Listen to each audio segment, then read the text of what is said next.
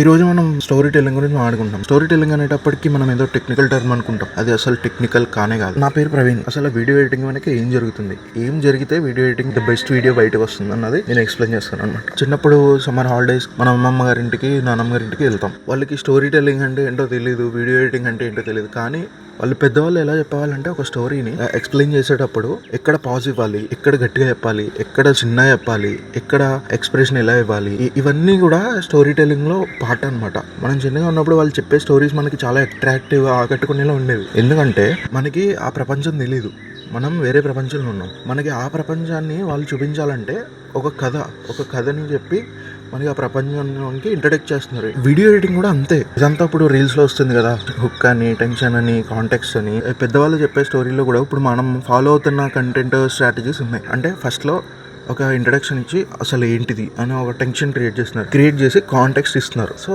ఇదే స్టోరీ మన పెద్దవాళ్ళు స్టార్టింగ్లో హుక్ మేము అప్పట్లో ఇలాగే చేసేవాళ్ళం అని చెప్తారు. తర్వాత ఏం చేసేవాళ్ళో చెప్తారు. చాలా అడ్వెంచరస్ థింగ్స్ అనమాట. మేము జామ తోటలోకి వెళ్ళాము, జాంకాయలు కోసుకొచ్చేసాము.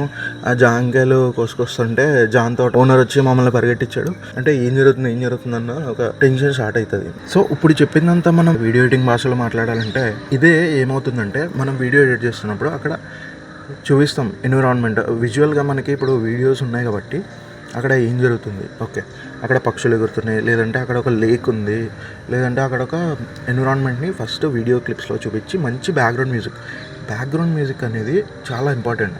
ఇప్పుడు అక్కడ మనం ఫిజికల్గా ఎక్కడైనా లొకేషన్లో ఉంటే అక్కడ పిచ్చుకలు, అక్కడ ఎవరైనా మాట్లాడుతున్నవి, యాంబియన్స్, గాలి శబ్దాలు ఇవన్నీ వినిపిస్తాయి కదా.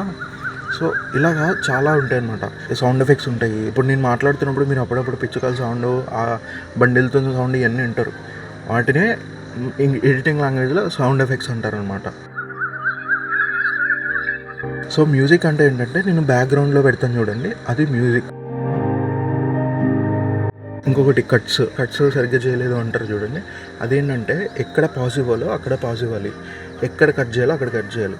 ఇప్పుడు కాంటెక్స్ట్ లేకుండా కంటిన్యూస్గా అలా వీడియో పెట్టుకుంటూ పోతే ఏం బాగోదు. అలాగని చెప్పేసి ఎక్కడ కట్ చేయాలో, స్టోరీని ఇక్కడ కట్ చేసి నెక్స్ట్ ఎక్కడ కంటిన్యూ చేయాలనేది మనకు తెలియాలి. ఫైట్ సీన్ చాలా ఇంటెన్స్గా ఉంటుంది, మ్యూజిక్ కూడా చాలా ఇంటెన్స్ ఉంటుంది అనమాట. అంటే గంభీరంగా ఉంటుంది ఇంటెన్స్ అంటే. ఇప్పటిదాకా మీరు చూసిన ప్రతి సినిమా కానీ, ప్రతి ఎపిసోడ్ కానీ, ప్రతి వెబ్ సిరీస్ కానీ ఒక ఆడియన్స్లో చూసుంటారు.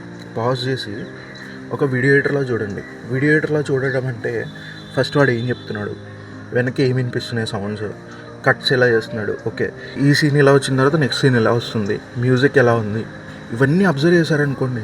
అబ్జర్వ్ చేస్తే మీకు డిఫరెంట్ వ్యూ కనిపిస్తుంది అనమాట ఆ ఒక్క వీడియోలో.